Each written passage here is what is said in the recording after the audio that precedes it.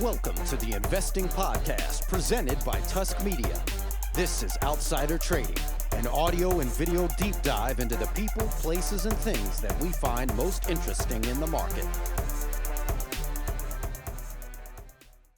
Hey everybody, welcome to the Investing Podcast presented by Tusk Media. Today we are talking about Verizon and reacting to their Q1 2017 earnings. I'm Andrew Hall. Joining me as always, as almost always at least, Ben Nye, our senior equity analyst here at Narwhal Capital Management. Ben, how are you? I'm doing well. It's been a busy morning. Really busy. We were kind of lamenting the fact that so many companies that we own stock in report earnings on the same day. The nerve of them. Right. And a lot of people also lament the fact that we always talk about stocks that we own, but that's because we know them the best.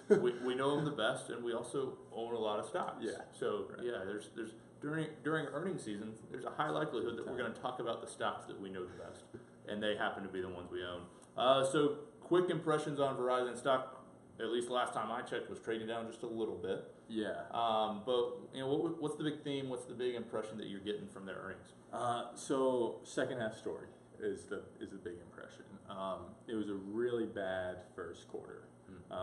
The churn rate that they saw was really not consistent with what we've seen from Verizon historically. Usually we're below on wireless churn. We're usually below 1. Last quarter it ticked up a little bit. This quarter is 1.15. So that's miserable churn rate. They lost subscribers for the first time that I've seen. I look back through last few quarters history on it. They just don't lose wireless subscribers on a net basis. They lost them this quarter. But you dig into it a little more, and there's a little bit of there's kind of a light at the end of the tunnel that they tried to portray.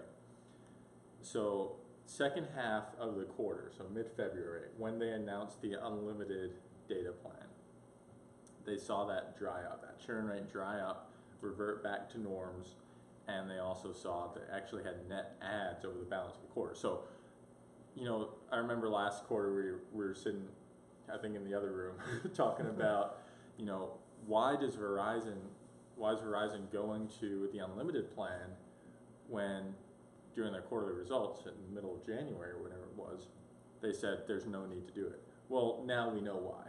Because they lost 400,000 subscribers in the first month and a half.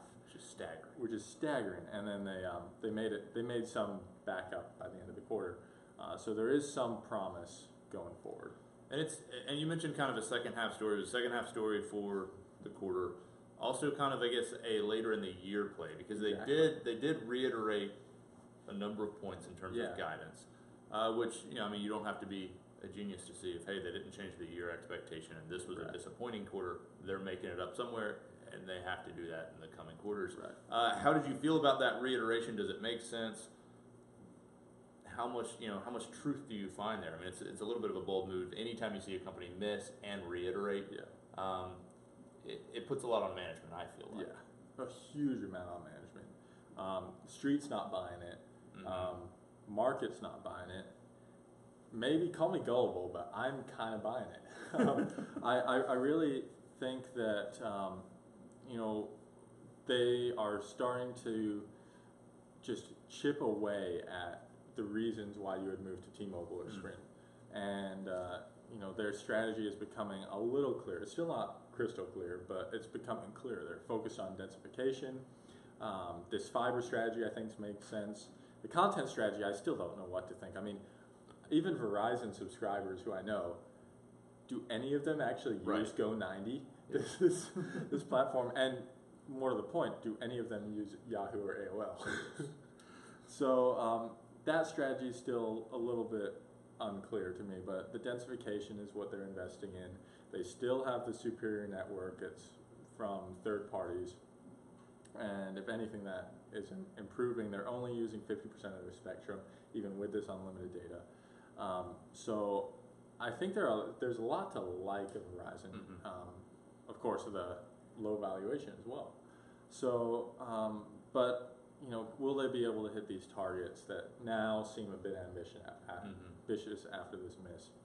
I think that the street wants another quarter of evidence before they'll start upgrading the stock.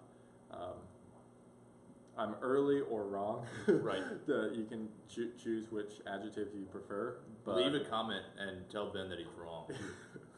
It wouldn't be the first. No. But Lazy mind. I am more optimistic about the second half. So it's an interesting position. We had our first quarter of 2017 newsletter that is going out to clients right now. We'll probably put that on Narwhal's site, narwhalcapital.com. And one of the things we just kind of observed somewhat loosely, we don't make macro market calls. We look for individual opportunities. And there were fewer and fewer opportunities, and I think some of this just has to do with where we are in the market. You know, a ninth consecutive up year. That's a historically long run in terms of calendar years, and that's somewhat arbitrary. You know, when you look at bull runs, they don't have to all be back to back to back. But you're kind of in the middle of this, or the early stages of year 9. You got, we think, a pretty strong economy. We're seeing signs of strength.